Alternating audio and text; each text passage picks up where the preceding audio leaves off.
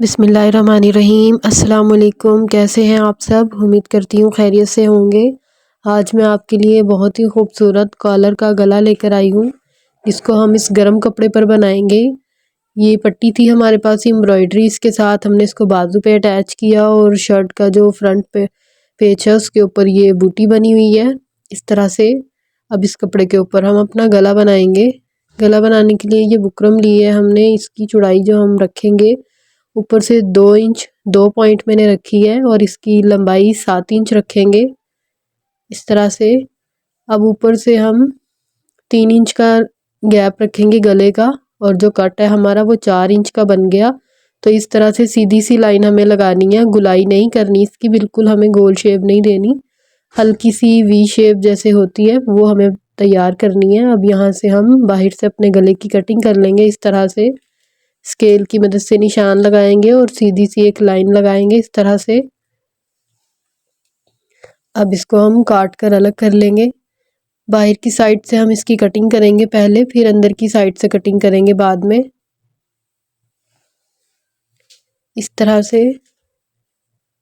अब जो अंदर वाला हिस्सा है हमारा, उस पे हम एक लाइन लगाएंगे और फिर इसकी कटिंग करेंगे यहाँ से इस तरह से।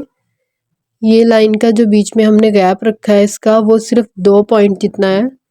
तो इस तरह से अब हम इसकी कटिंग कर लेंगे अंदर की साइड से भी इस तरह से। ये देखिए, अब इसको हम कपड़े के ऊपर चिपका लेंगे। अब हम इसका कॉलर कटिंग कर लेंगे। कॉलर कटिंग करने के लिए मैंने ये बुकरम का पीस लिया है जिसकी चौड़ाई 3 इंच है और इसकी लंबाई 15 इंच है। तो इस तरह से हम यहाँ से 1 इंच से 2 पॉइंट कम है ये निशान जो मैंने लगाया है, और यहाँ से अब हम इसका 2.5 इंच पे निशान लगाएंगे। अब इसकी यहाँ से हम हल्की सी शेप देंगे इसको इस निशान तक इस तरह से। अब हमें कॉलर की जो अपनी लंबाई है वो 13 इंच तैयार रखनी है। तो 6.5 इंच पे निशान लगाएंगे इस तरह से, और इसको हम इस तरह से एक तिरछी शेप देंगे कॉलर की। कॉलर का आप कोई भी शेप दे सकते हैं, मैंने इसको थोड़ा सा तिरछी शेप में कटिंग किया है। आप इसको सीधा भी रख सकते हैं या गुलाई में भी बना सकते हैं। तो अब इसको भी हम कपड़े के ऊपर चिपका लेंगे। ये देखिए, मैंने कपड़े की जो लाइनिंग है उसको तिरछा करके फिर इसको इसके ऊपर चिपकाया है, जिसको कि हमारे गले में इसकी वजह से बहुत एक अच्छी सी लुक आएगी। इसको भी मैंने कपड़े के ऊपर चिपका लिया था, लेकिन ये सीधा कपड़ा है। अब बाहर से हमने कपड़े को फोल्ड कर लिया है। अब कॉलर बनाएंगे हम अपना। यहाँ पर हम सिलाई लगाएंगे।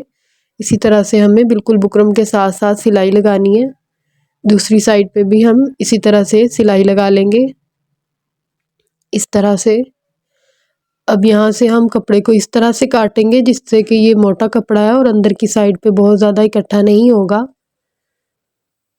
अब इसको इस तरह से पलट लेंगे और कैंची की नोक की मदद से हम इसके जो ऊपर से कोना है उसको अच्छे से बाहर निकालेंगे। दूसरी साइड से भी अब इसी तरह से हम इसके कोने को बाहर निकालेंगे।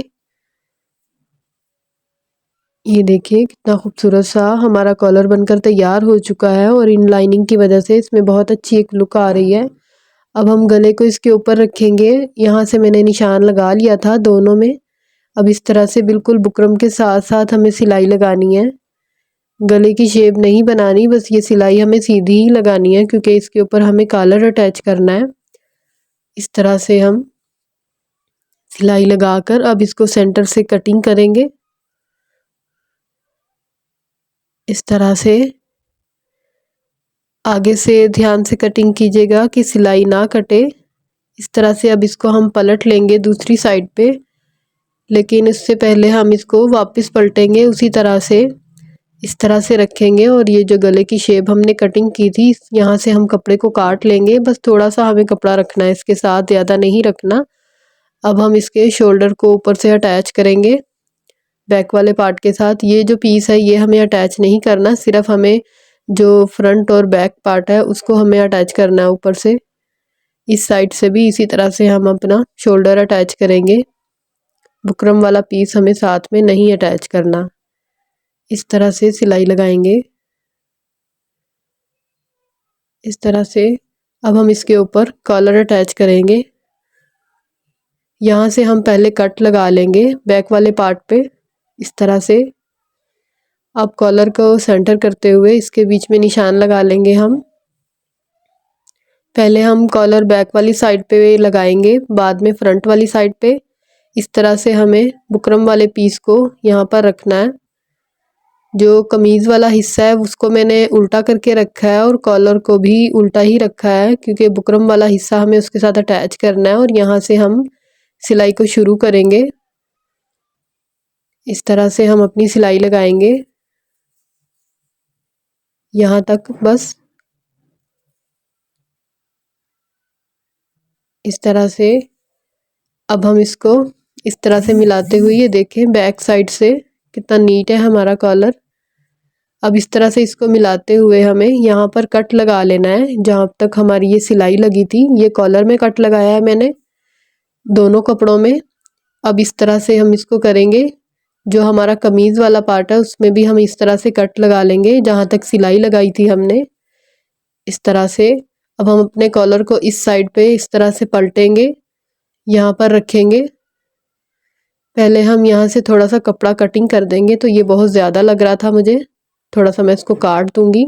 अब यहाँ पर रखेंगे हम इसको अच्छे से मिलाते हुए और उस बुकरम वाले पीस को इस तरह से इसके ऊपर पलट कर यहाँ से रखेंगे और सिलाई लगाएंगे। इस तरह से अच्छी तरह से इसको मिलाते हुए हमें सिलाई लगानी है, ताकि हमारा कॉलर बहुत अच्छे से लगे और कोई बल ना आए कपड़े में, ऊपर वाले में भी और नीचे वाले में भी। इस तरह से अब हम पक्का करेंगे और इसको निकालेंगे यहाँ से। ये देखिए इस तरह से हमारा कॉलर बहुत अच्छे से लगकर तैयार हो गया है। अब इस वाले पार्ट को हमें इस तरह से यहाँ पे फोल्ड करना है और सुई की मदद से तुरपाई कर देंगे इस तरह से यहाँ से।